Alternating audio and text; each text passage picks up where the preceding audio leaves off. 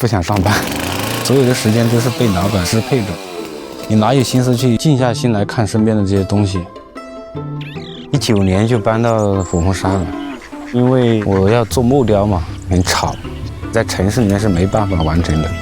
小豆还有来做啥子？我叫邓坤，雲南昭通人，畢業於四川美術學院雕塑系，現在是跟我的對象2個人一起生活創作，用電鋸做的這種木雕速寫，我弄了之後呢，很多人都在學，我覺得很好，說明我的東西受大家喜歡啊。虎峰山的有大概30位，讓我房東給我找模特，來了我就做就完了，太普通了，太真實了。就像中國的所有的農村一樣，相處起來會很舒服、很親切，就像自己的父親母親。雕它雕了第3次了，因為它那個形象感、那種鬆弛感，覺得很好。我還喊我雕我，哎，對，我請他當第4次，他不想來了，他就是不想幹活。村民都叫他悶包舞，覺得他是腦殼確實有問題，但是我覺得他沒問題，很喜歡跟他玩，聽他吹牛，擺龍門陣。太有趣了，葉大叔菜地裡面砍菜回來的那種狀態，和很鬆弛的狀態。有個村民比其他村民要喜歡打扮一點，會化點妝哈，照鏡子。每個人都有故事的，活生生的，他有美感。不是說做不做農民，就是做一切美的東西。明星來到我身邊，他就是普通人啊。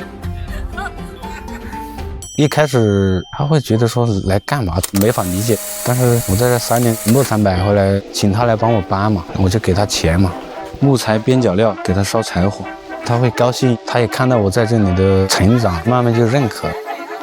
現在有些他就路上碰到都會問我請不請他當模特嘛，他們會時不時來看嘛，哪個賣了哪個賣，哪個還沒賣。5老5他就很得意，他說我都做了3回了，我3回都賣了。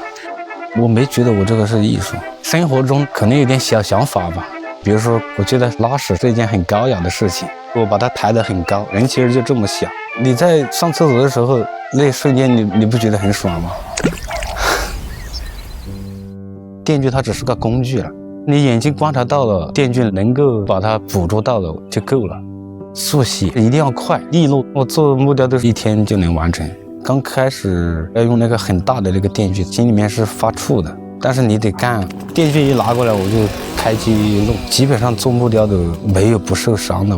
用斧頭砍在大拇指裡面，流很多血，手上全是繭，很正常了。它的好玩之處就在於自由創作的，錯了的話你就雕成另外的一個形象，意外的不在經驗之內的一種美感，更驚喜。工作室叫琢木，莊子裡面講的一個石匠技術出神入化了，引人麵粉塗在鼻子上，石匠一斧頭把白點劈掉。我很喜歡莊子，很逍遙。很多人關心遠處的東西，但我不是，就是眼睛看，然後動手做，就這麼簡單。你對近處的身邊的東西都沒有感受的話，你往哪兒去呢？你去到遠處，那你又是你的近處了。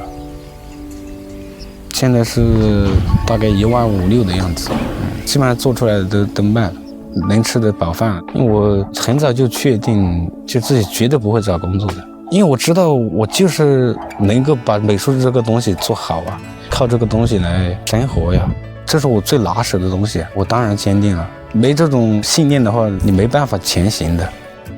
一個月可能有6-7天在做創作，早上9點到下午6點。有狀態了就做，沒狀態就耍、休息、睡覺。休息好了，下一個階段就猛起做就行了。然後其他時間都是生活。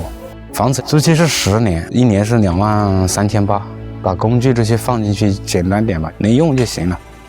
就2個人過日子嘛，你劈柴我燒火。春夏種辣椒、玉米，冬天種青菜、蘿蔔，做飯拌點折耳根啊，和朋友喝酒啊，玩一下，山上啊逛一逛。採蘑菇、採點花呀，這種才是生活最真實的東西。我感覺中國人都有這種田園的夢想吧。我早點過田園生活，少走幾十年彎路。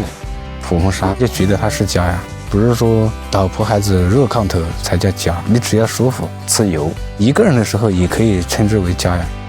做自己想做的，一定不要違背自己的初心。小鄧做得怎麼樣？